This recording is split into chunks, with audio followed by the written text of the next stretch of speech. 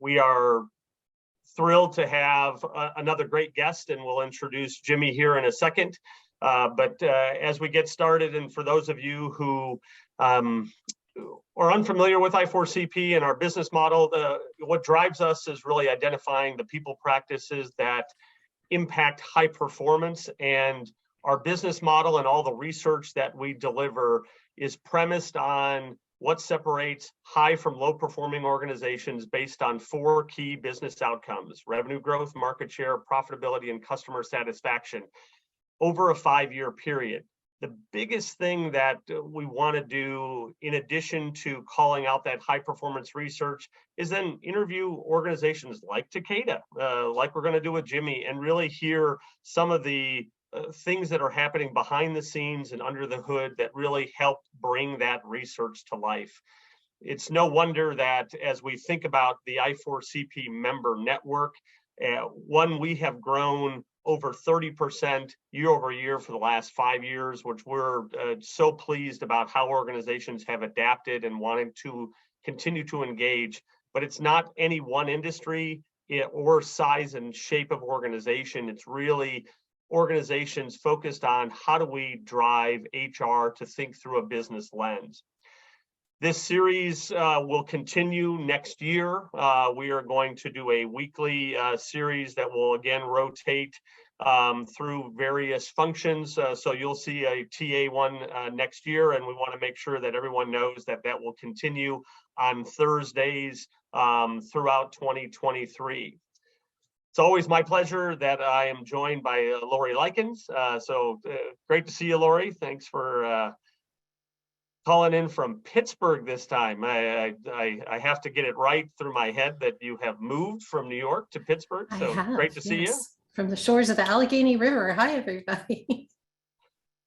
We're, continue to be partners in crime, not only here, but we also work together on our talent acquisition board, of which our guest is a part of. So we're excited that Jimmy Zhang will be sharing more about his world at Takeda. Before we go there, I also want to tee up that we have a variety of other things that are happening across the network, and some of the upcoming calls are featured on our right-hand side. Obviously, December is filled with many, many things on your plates. We have one meeting upcoming that is really about adaptive teams in a hybrid environment, and we're excited to have Michael Arena join us as he's got some great experience to bring from Amazon and others to pull that forward.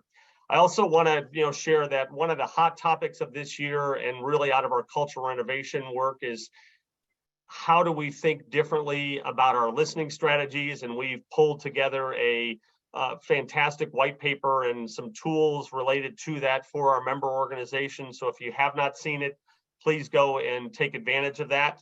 I would also share that our next practices conference is gaining full steam. We have a great set of speakers that you can see here on the screen. We also have a great set of people already signed up to attend, which is mainly VP and above in terms of your peers that will be there. And I encourage you to take advantage of that, as I know that our early bird rates are about to end. Last piece from our world is just a reminder that in addition to all of the things that we do across I4CP, we have been asked by many of our members to help them think through their next set of talent in their HR, especially their senior team.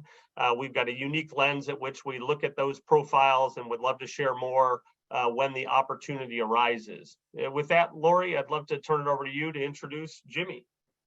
Thanks, and good morning, everybody. Thanks for joining us.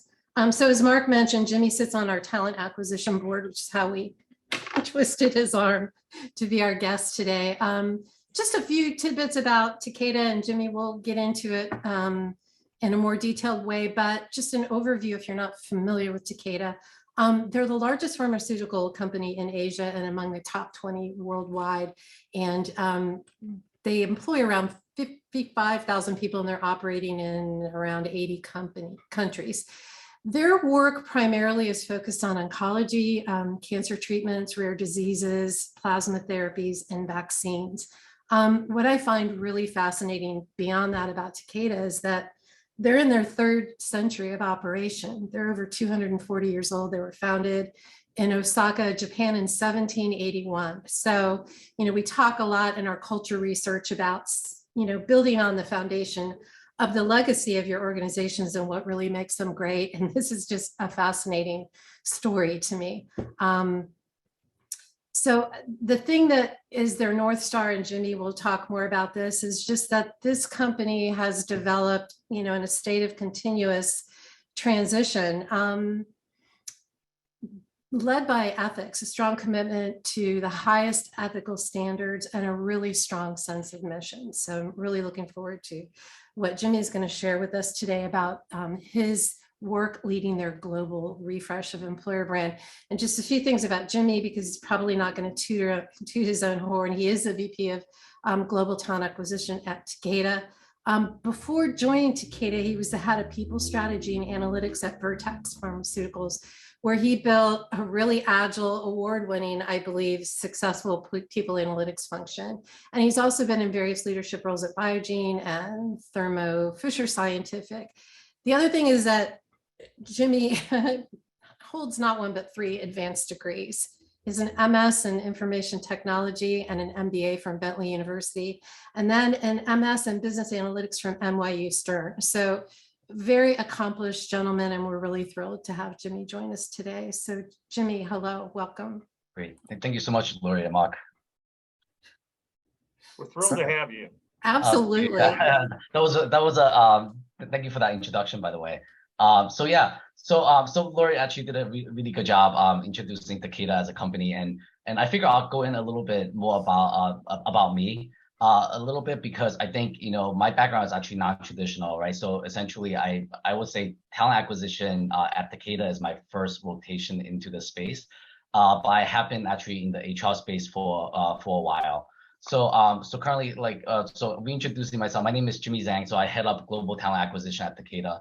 Before I joined Takeda, I was actually fortunate enough to work for some of the best companies across biopharmaceutical, medical devices, and financial industry. So what you can see is I actually started my career at Liberty Mutual as part of the human resource development program, where I actually learned a lot about ins and outs of the HR processes and how those processes are enabled by technology. And even though this is my first rotation into TA, but throughout my career, I have a lot of exposure to essentially various TA processes and how that translates across the employee lifecycle.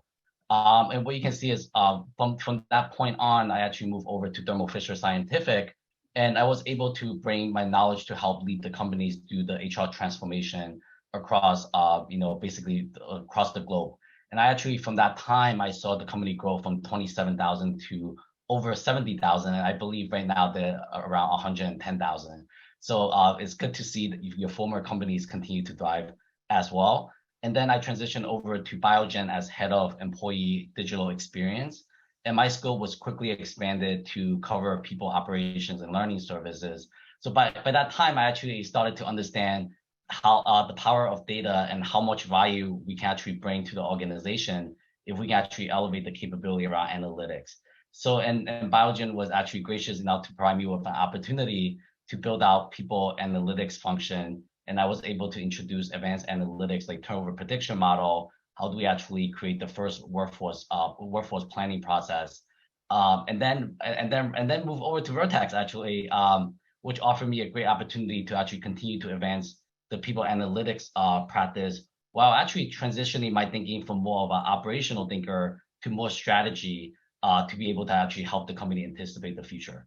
So I'm very glad that I'm able to actually use all of those experiences and combining them to help Takeda build out basically an innovative TA function and support the growth of the business, so that we can actually provide exceptional employee people experience and also basically help TA leaders become more strategic partners to both HR and the business. We can skip to the next one. So Lori actually already did a fantastic job introducing Takeda, but I'll go into slightly more information So, from a Takeda standpoint, Lori already mentioned that the company was founded 241 years ago in Osaka, Japan. And there's only one other pharmaceutical companies with actually a longer history. So today, Takeda is one of the top 20 pharmaceutical companies. The main headquarters is actually based out of Tokyo now, with the global hub being in Cambridge, Massachusetts. So we have actually operations in 80 countries, like Lori mentioned. What you see is the information we have here is saying that we have about 50,000 employees. We actually now have 55,000 colleagues around the world. For the past 2 years, we have been recruiting approximately 17,000 roles on an annual basis, driven by the growth in actually all of the company areas of the business.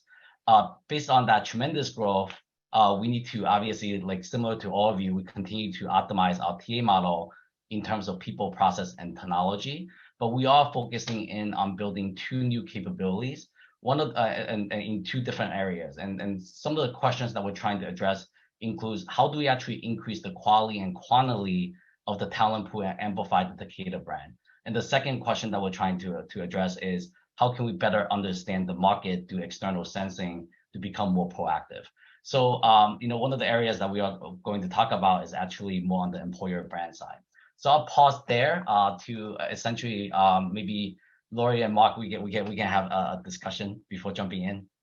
Sure. So one of the questions that I have, my long list of questions is, so I know that you're leading work on a global refresh of employer brand at Takeda, and this is the first one since 2015 or so, correct? That's right. Okay, so my question is, what precipitated that? What drove that decision to begin this work? Yeah, so I think Takeda is probably no different from a lot of people on the call right now, where I think the pandemic is actually changing essentially some of the value propositions that we're offering to employees or new joiners. So we need to essentially think about what is unique, basically do the transition of, I would say, the COVID period, and then being able to actually offer and better articulate. I'm hearing that from actually across multiple other companies as well. So essentially, I think this work is something that is, in my mind, important to a lot of the organizations, and Takeda is no different in that sense. So when you first began this work, Jimmy, can you give us an idea of who was in the room, who was at the table? How did this work even start? Who did you pull together to get rolling on this? Yeah, so I would say, I have a tremendous team. I actually step into the role at Takeda. So we already have a few people that's already actually thinking about this and then stressing the importance of it. Essentially, what we were trying to do is being able to actually help the organization and leaders understand the criticality of this. So at the end of the day, we were able to basically made a business case to say, in order for us to actually continue to recruit the way that we do, we need to essentially put a more emphasis on refreshing our employee value proposition. So that way, basically it will help us basically recruit more effectively. And, the data is showing that as well, right? So throughout the, I would say the pandemic, what we're seeing is at a certain point, we saw a drop in the number of applicants, right? Because of the war on talent. So because of that, I think there is that sense of urgency that we were able to create to say that this is actually a critical work that we need to do. So part of the discussion that I hear you say, and is that you were able to, through data, talk about talent risk. And I kind of circle in my notes, and quite honestly, in my head, I think Jimmy's not a TA lifelong expert. You've got this interesting mix, and I know we have Andrea Kane from Mondelez, who's one of your peers on the board, who also has that unique background that is leaning on so many of the TA experts on her team, like you. And it sounds like that's really been your emphasis, is build a great group around us to obviously inspire the executive team to invest, because it's not a small undertaking to revamp this entire thing.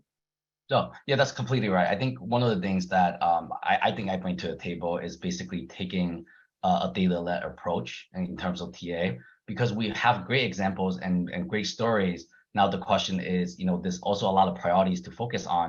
So how do we actually rely on data and insights to actually zoom in on what's the most critical, right? And then based on what we see across using data, this is one of the areas that we think is worth investing in, based on looking at external and internally. If we need to actually have the best return, this is the spots. Yeah. So, maybe a great place for us to turn to, Jimmy, is it seemed like you were leaning toward how do we help our organization better understand our employer brand and its impact. Yeah. Can you talk to this slide in particular to, how you really use this inside Takeda? Yeah, so I think for me, a lot of times I think we tend to struggle with not having the internal data to actually showcase the importance of something. So this is actually one of the slides we pull forward as a business case to essentially help the organization understand that basically we can also rely on external research as well to actually tell that story. So we were able to actually piece together basically different research to be able to emphasize that people actually do care about employer brand and reputation before they apply. And I know that it might be a little bit small, but on the center of it, it says that 82% of job seekers consider employer brand and reputation before applying. And that came from directly from LinkedIn employer brand statistics. So that serves as the anchor point. So if we know that people care about them, then it is worth focusing on. But then we also actually found some supporting information and stats around, does it actually help with other aspects of essentially employee life cycle, not just actually recruiting. So one of the things that we have seen is, one is from a recruiting standpoint, it helps reduce cost per hire. So study shows that there's a 50% reduction in cost per hire if we actually focus on employer brand and EVP. It also increases commitment. So basically, essentially if you have the right message and right job preview for people coming in, then they are more committed to actually staying as well, which in turn will decrease turnover, right? Because we know engagement is heavily tied to essentially people staying at the company, which also the other side of it, we also found information to show that, if we actually do this right, the quality of applicants actually go up as well. So, because we're not in the market to hire everyone and not everyone's considering us as an employer. So for me, it's how do we actually message to the right audience, and then actually pull them into the process and then get them excited to actually entertain Takeda as an employer. Hey, Jimmy, I know that you really heavily involved your workforce in this employer brand refresh work. Can you talk a little bit about what that looked like and who was involved? Yeah. So there's a couple of things. So I can tell you that the EVP work is still going, right? So because we we're essentially still, I would say, we would always continue to actually gather data. Couple of things. One is we try to essentially gather data from various different means across the employee lifecycle. So think about essentially when a new joiner coming in the company, what are they saying? What's their expectation? When they actually join the organization, what are they saying? And why are they leaving?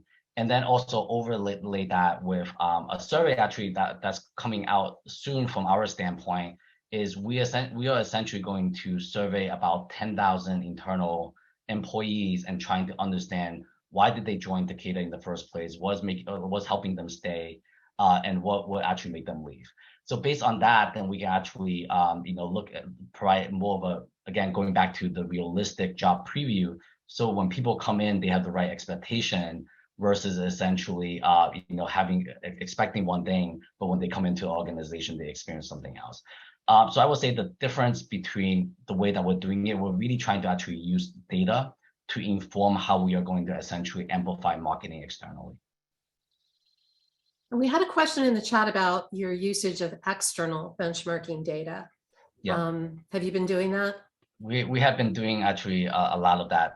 So from a benchmarking standpoint, as an example, like tying back to the EVP work, we're doing a global external perception, basically a study, which meaning that we're actually having third-party companies go out in the targeted markets to actually talk to external people in terms of what's going on. Another good example of that is, we leverage external sensing heavily to try to understand the flexible work policy in other companies as well. We're not trying to, like a lot of times I think companies become more reactive when they see news, right? So when they see Amazon doing something, Google doing something, they tend to jump on it saying that, like, how come we're not doing it? At the end of the day, a lot of times, at least from a Takeda standpoint, a lot of those tech companies are not our competitors. So at the end of the day, if we actually do any type of targeted listening and targeted data gathering externally, we will focus on our talent competitors, understand what they're doing. And then based on that, then we can actually incorporate that into our talent intelligence approach. But at the same time, we can actually use a lot of that insights to differentiate Takeda as an employer compared to those talent competitors.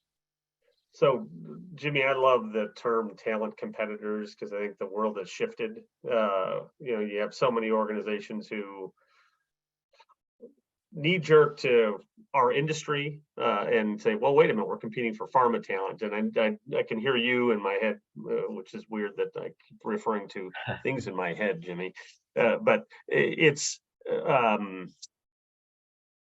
digital talent coming to your world and seeing the competitive nature of an organization like Amazon or like Meta that potentially is laying off or not hiring in the near future, and that actually opens up new lanes for you to really be targeted, which I think is that other word that I underlined. Targeted and talent competitors are huge in this strategy.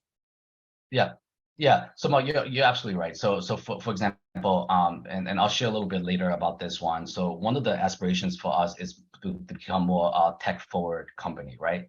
So with everything that's going on in the market, we did start to actually uncover and try to understand what is our brand approach basically against other tech companies, right? So how are we comparing us to, let's say, Google's of the world?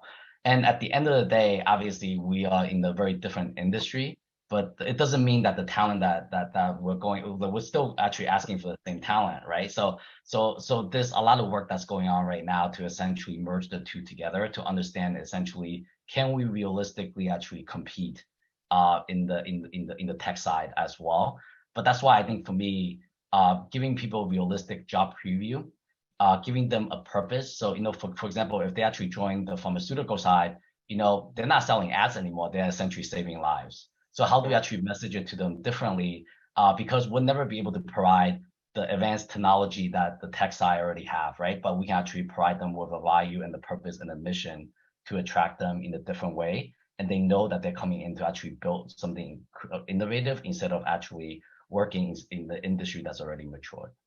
Perfect. So before we dive in, and I think you teased well the EVP kind of work that you went into, we'd love to ask a poll for the organizations participating today. Where are you at? What's current state for your EVP? Are you redoing it right now? Are you making minor tweaks? Or is it solid and working? We'd love to just get a quick perspective from you in terms of current state. So take 60 seconds and give us a quick read.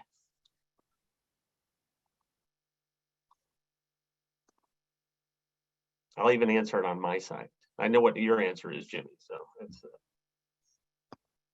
But will your answer align with my answer? Oh yeah, that would be a interesting piece. So Jimmy, what do you anticipate as you think about the variety of organizations on the call? Where are most going to land? I'm thinking about A, if I have to guess.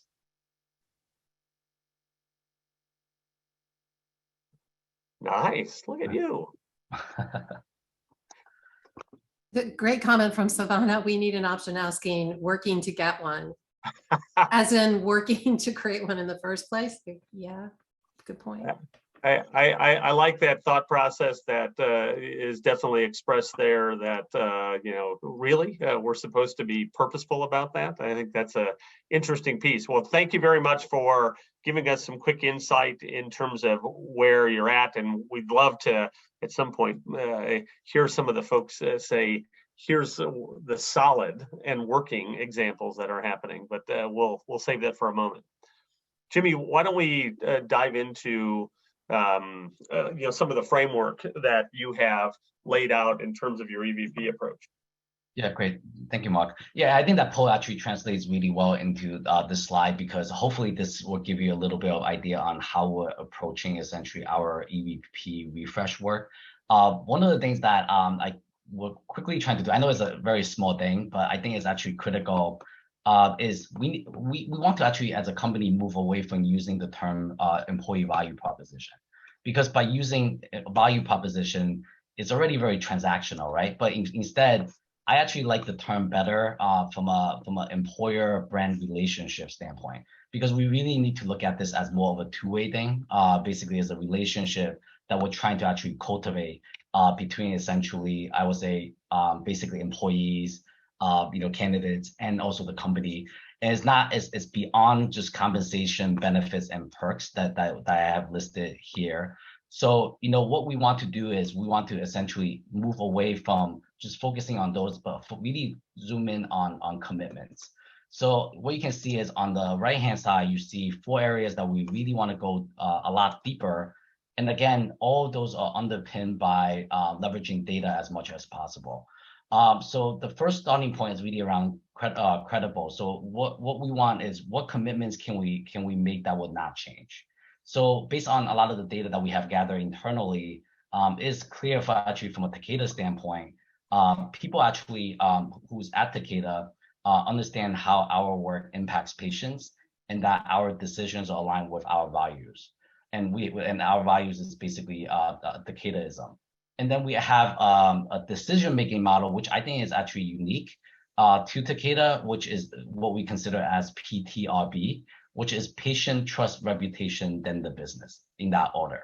So essentially, it makes a lot of the decisions a little bit easier if you actually go in that order and being able to be empowered to actually make that decision. So for me, what commitments will not change is our focus on patients, our value system, and our decision-making model. And another one is aspirational, and we actually talk a little bit about this. What commitments should we make in order to become the organization we want to be?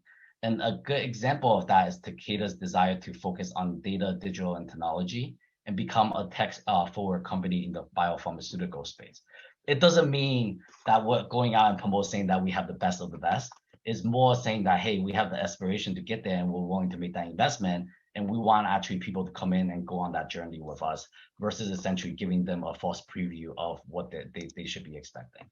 Another one is relevance. So what matters most to our target audience? And we know that flexible work arrangement has been a key topic, right? So what are we doing about that? Do people care about career development? What are we doing about that? And I'm pretty sure that Takeda is not the only company that's facing those challenges right now in terms of flex and development. I assume that a lot of companies are actually having the same problem. And from the other side of it is differentiating. So what commitments can we make that other companies do not?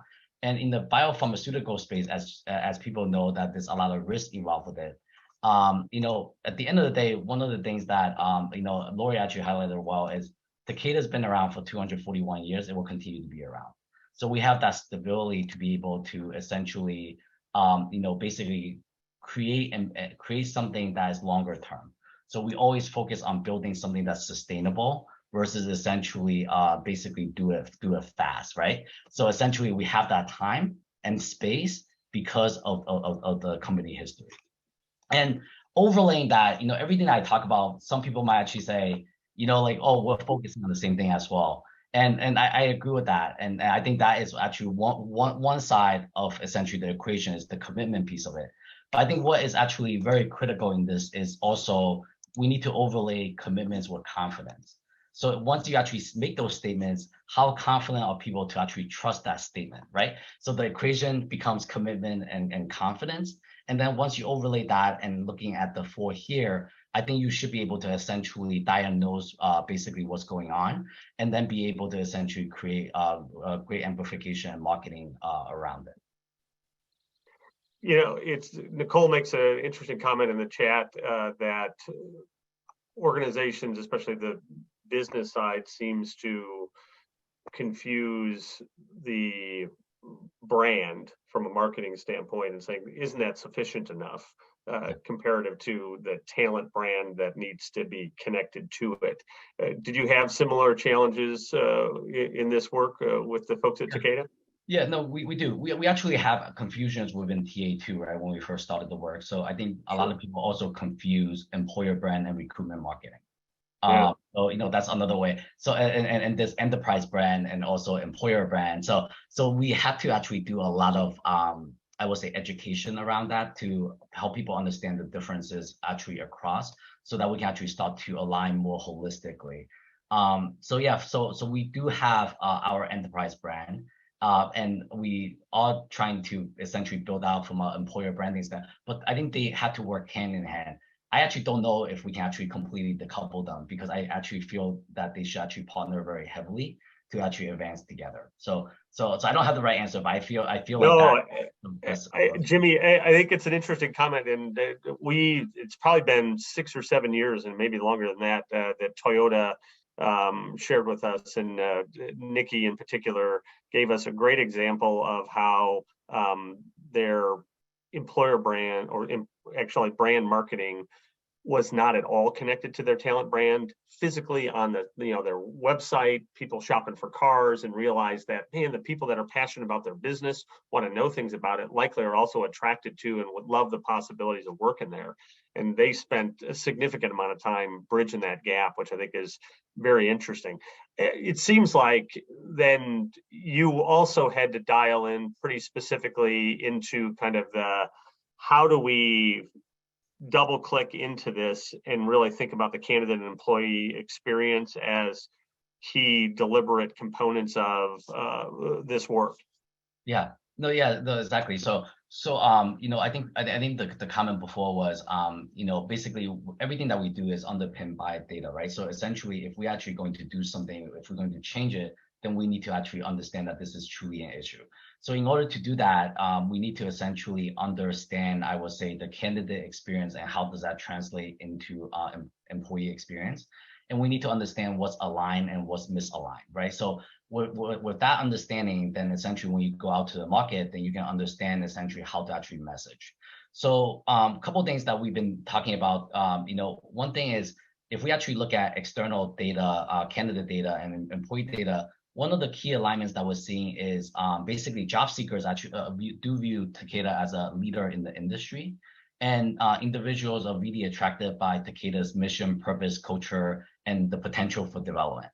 And what you see is very similar messages basically coming across from an employee standpoint. They feel proud in their work and value in the impact they are making on patients. If you look at the top 5 reasons why they basically accept the job at Takeda, it includes basically future career developments, opportunities, developments, compensation, work-life balance. So some of the gaps that we actually identify from our standpoint is basically some employees are leaving because they're not getting the work-life balance, and some employees are leaving because they don't see the career progression at the company, right? So, but in certain markets, not every market, but for certain markets, we actually actively go out and promote, saying that if you actually join Takeda, you are going to get career opportunities, and also you are going to essentially get work-life balance. And for those markets, we're actually seeing a higher turnover rate. What does that tell you? That the expectation setting is actually critical in the front end. So when you actually go out to message to the market, it's very important to actually align those things. So one of the key things that basically we talk about all the time internally is if we want to essentially be perceived a certain way, instead of talking about it, we should really be walking the walk.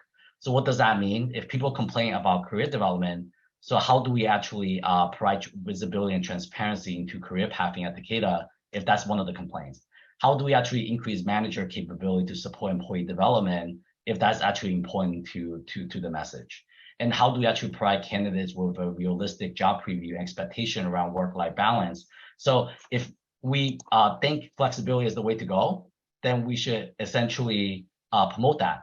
And if we don't, if not, then we need to message it as is, right? So at the end of the day, I think for me is really walking the walk and being able to change the internal processes. So when people come in, they actually have the realistic expectation. So yeah, I just want to show you this because this came from obviously, different surveys that we have and different focus groups as well. But I think this is actually a good way to understand basically the alignment and misalignment between candidate expectation or the market expectation and what people are actually experiencing within the company. So love the questions that you pose around the intersection between EVP career progression and then what potentially makes it unsustainable inside the organization. How do we create transparency? And Lori, it makes me think, out of the talent imperative research, we found a couple of key things that organizations were pulling forward. Top couple of things from your opinion of what was attracting talents. What did it fall out to be, Lori? People need to feel that they are seen and appreciated and invested in. That opportunity for development is just huge. And it's kind of mastery of the obvious, right? We all know that, but the degree to which organizations are actually really making that a reality in their organizations really does vary, but that's huge. Yeah. Jimmy, I love that. So then how do you, when we think about, obviously you've identified kind of the need for change, where there are pockets and gaps of sustainability, how do you, think about the tools and or ways that you're making it happen across all the recruiters and then the hiring managers and such? Yeah, and by the way, one of the key learnings, right, from what I have seen, I don't know if would love to actually hear from others to see if you're experiencing the same thing. When we went down the path of the EVP refresh or employer brand relationship refresh, what we noticed is basically it's taking actually a lot longer than we're expecting, right? So the work itself is ongoing, and then one of the things is obviously the business cannot wait. So there's a couple of things that we're doing as we go through the refresh is because of our data understanding, we can actually pull out a lot of the nuggets that we can actually start to amplify in social media already. So one of the things that we did was, we're in the process of actually creating brand messaging to make sure that people align to it. We have actually an employer brand, community of practice because of the size of Takeda. We actually have basically some of the branding, marketing resources sitting in the business. So we actually have a very strong, I would say, employer brand community that comes together and essentially brainstorm on what's next from a consistency standpoint. So I think there's a lot of that, and for me, I think consistency matters. So as an outcome of it, we are going to basically refresh a lot of our brand messaging. How do we actually have consistent, creative toolkit and amplification, activation examples that people can actually use as a way to be able to essentially federate this out actually more broadly, so it's not just controlled by the central team. Mark, I would love to go to the next slide.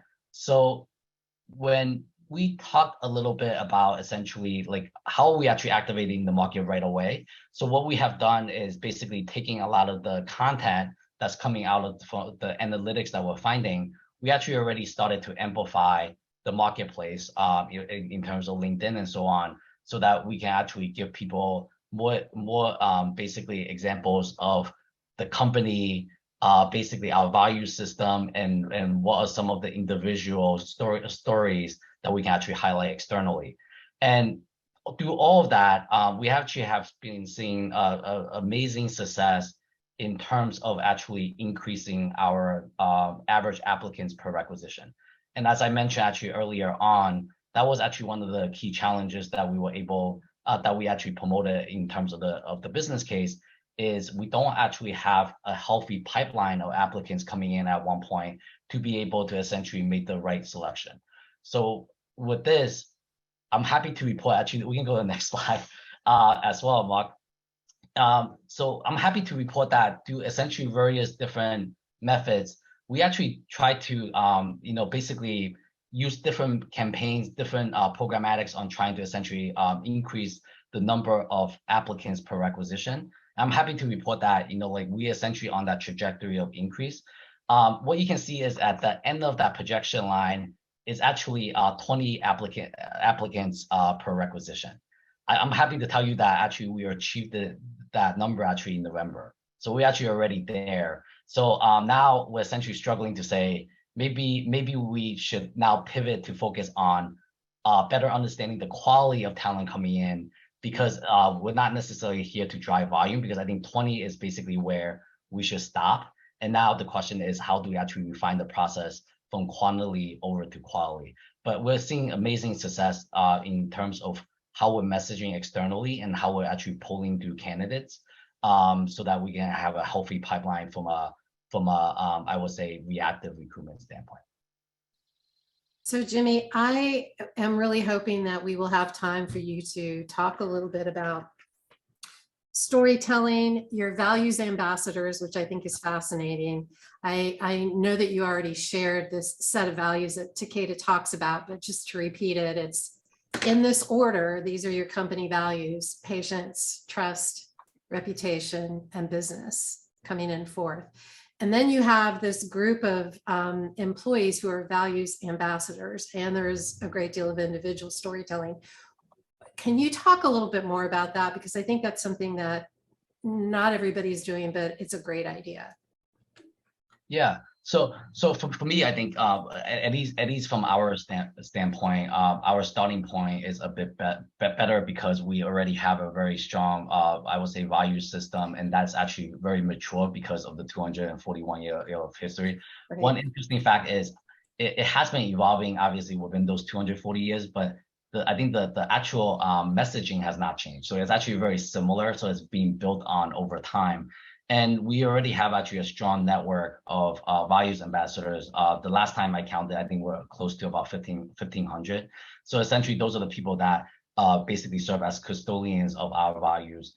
And what we're doing is actually partnering with that group to see if there's ways for us to actually amplify the employer branding through that channel, as well as basically what we consider as TRGs, but in reality is ERGs.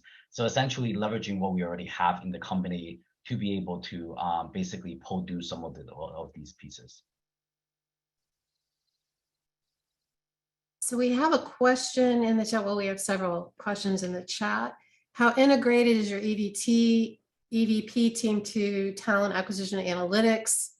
Are you leveraging a TRM or through your recruitment?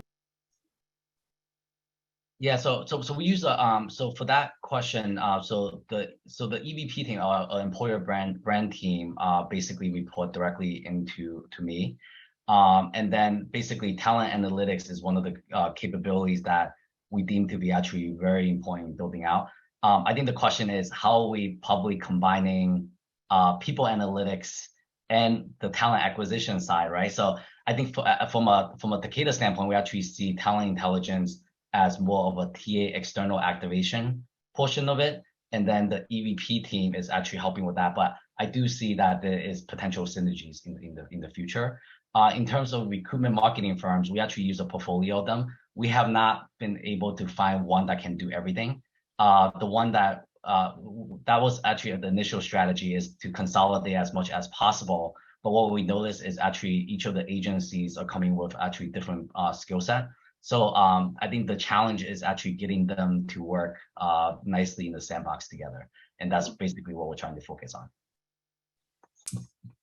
Another question. Can you assess how much the success of having 20 or more applicants is because of the market changes in the life science industry? Yeah, so I think the 20 successes, though, we kind of know if you actually look at the life sciences industry, we continue to actually see a lot of headwind in terms of number of job postings, right? And then that means, the life sciences industry continues to grow. One thing is obviously that there's a little bit of layoff happening actually on the biotech side, but pharmaceutical side continues to actually hire heavily. And we do know that basically with the economy, basically potentially going into recession, basically a lot of people are hungry in place as well, so they're less likely to be actually in the market. So based on a lot of the factors that we have seen, what we see is more of a flat baseline of essentially, I would say, applicants flow, right, within the industry. actually, if you look at pharmaceutical industry and life sciences industry in Massachusetts specifically, there's actually increase in basically non-life sciences people coming in. So that's telling you that we actually don't have enough talent in the market to actually fulfill all the jobs. So in that case, it is very competitive. And I think we can attribute actually a lot of the 20 plus applicants to the work that we have been doing. So we can directly tie to it. Where are they coming from? Yeah, if they're not pharma, is there a predominant industry? Yeah. So in the Boston area, you can see, I would say the digital space, right? So the high tech industry, we're seeing actually a movement because of the focus on gene therapy and cell therapy space. So essentially, that's more, and for me, that's not necessarily, I would say, certain jobs in that area does not require a scientific background. It's more of a computational science. So essentially, depending on, and also others is from a G&A standpoint or financial standpoint, like from a G&A industry standpoint, we're tapping into basically across different industries because, for example, like an HR professional, I think people can equally thrive basically coming outside of the sector. It's a fascinating piece because it seems like it leans very much on what are the underlying skills, on the gene therapy side that likely don't need the science, but need the modeling, and the computer kind of almost like scientific method behind math to pull this all together. In my, terrible understanding of this, Jimmy, it's kind of like, okay, well, how do we get to that fundamental skills? Is that part of the exercise that you've been going through? Yeah. So I would say Takeda is not like 100% there. Yeah, I would say, but one of the key things that we do want to get a better handle on is essentially, I would say, one piece that I'm extremely passionate about, as you know, is really around strategic workforce planning. So because I think that piece of it can actually then help you understand the skills you need, including the fundamental skills, and then you can actually get ahead of the issue quite quickly, because then you can be actually very proactive in terms of your approach. And in my mind, actually, employer branding is actually a key to it, right? Because ultimately, if you're tapping into a new skill that you don't have, how do you actually attract people to even look at you and message back, right? So I think there's a lot of interconnectivity between, I would say, the work that we're doing on the talent intelligence side and also the employer branding side related to what we just talked about. So we have a question in the chat, Jimmy, also about global mindset. So beyond recruiting for job fit and value as a global company, how are you handling the challenges of finding and hiring talent with global mindset and skills capable of managing globally? Oh yeah, so I think there's multiple ways that we can, again, I don't think there's exact science to this. This is basically what how we're thinking about it from a Takeda standpoint. So if we can become increasingly more proactive, then we essentially have more time to be able to find the talent. What does that mean? That means we can actually go out and start to actually map talent more holistically in terms of global mindset or other things that we need. So the more time you have to get ready and being able to cultivate that talent, in my mind, the better quality candidate you will actually get, right? So that's one side of it. The other side of it is basically, I would say we have enterprise thinking is actually one of our core leadership behaviors. So we also continue to assess internally as well. I think there is a debate to say, like essentially certain things can you actually realistically train people on, right? I think enterprise thinking is one of those things I'm confident that actually someone coming in, we can also train them on based on their working relationship with other enterprise thinkers. So in that case, is that something that we actually more handle on the talent management side in partnership with talent acquisition? So find the right people that's willing to learn and then actually give them that skill set as well. So I think it's more of a combination of being proactive with the build approach, but then also at the same time, basically also basically buying the right talent in the market, so that way we can advance the company. So two other questions that got sent to me directly were, one is almost the, I guess, question around development of your TA team. Are you emphasizing the analytics as a major area of development for them?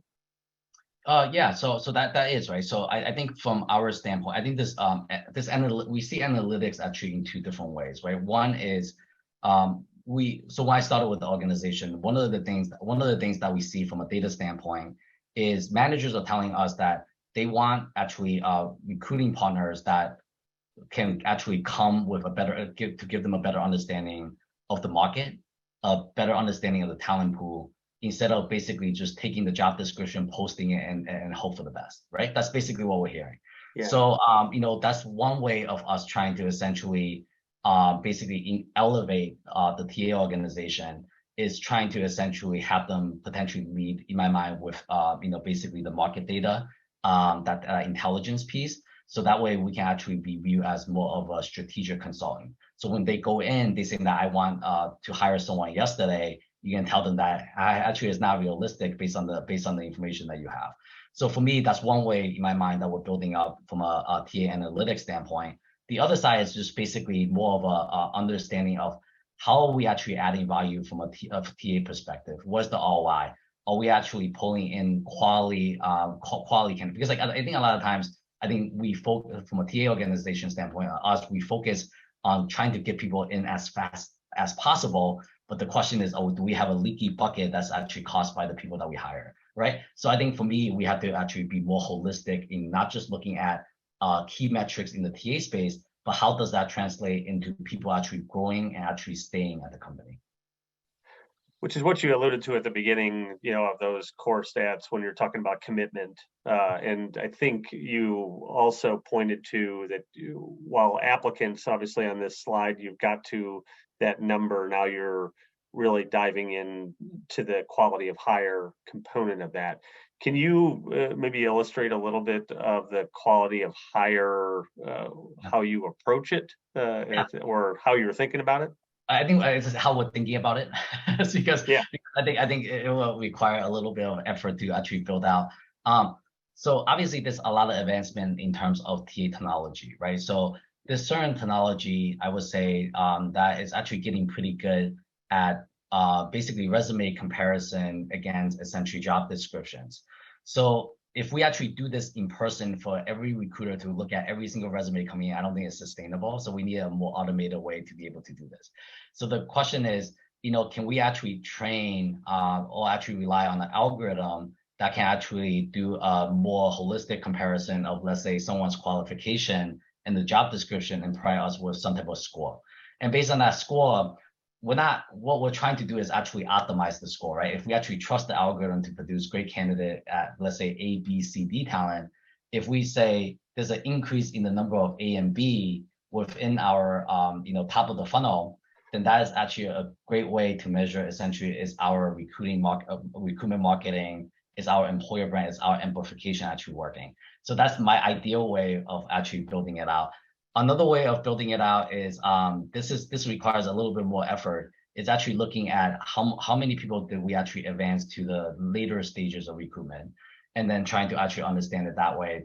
And this is all to understand, by the way, the quality of the top of the funnel, right? We're not talking about essentially quality of hire at this point. So for me, that's another way of actually looking at it as well. But that requires a little bit more manual than the technology way. Hey, Jimmy, we have time. We have time for one more question. I want to get to Kim's question. Yeah. Because I really feel this. Jimmy, what advice would you give to someone who's just sitting in a sea of valuable TA data, wants to leverage it, harness it, but starting with a base dashboard to tell a story? Advice. Yeah. Please. So again, I go back to it. This is just my opinion. I actually think starting with a dashboard is actually the worst place to begin.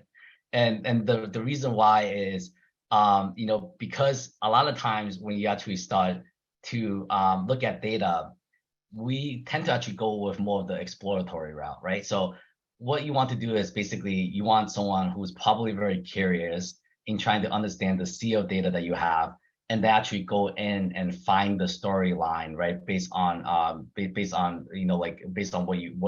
the challenges might be. And then for me, start with targeted studies of some of the assumptions, right? Just start to test some assumptions. So for example, if you say, hey, our recruiting spend is too high, well, use that as a test case and actually look at the data that you have and try to actually answer that question. And then over time, then you essentially figure out what metrics really matter, and then you build a dashboard so that you can actually continuously monitor it. And what I see is business leaders tend to say, hey, just give me a dashboard.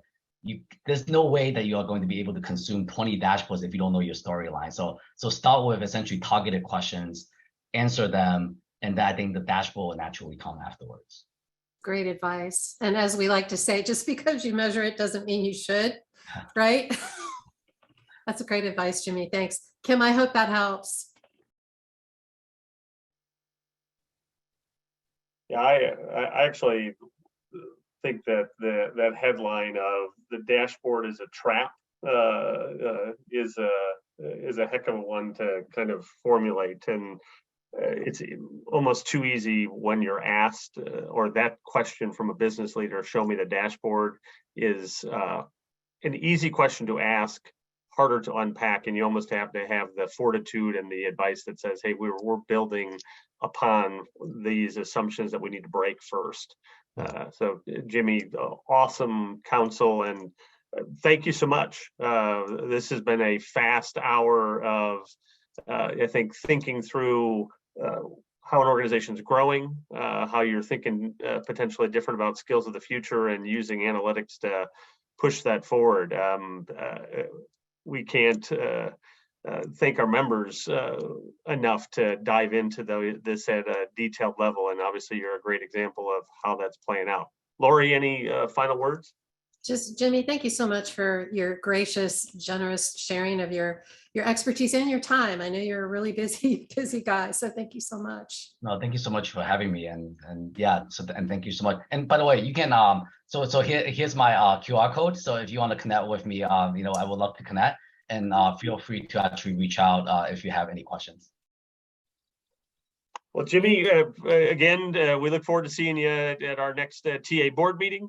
You are a rock star, and we're looking forward to how we address 2023 with some strong momentum, especially you're thinking about your growth. There's lots to do as we head into the new year. Well, thanks everybody for joining. We look forward to seeing you in another channel of I4CP, and obviously in the TA work that we're doing in the coming year. With that, be well and have a great holiday season.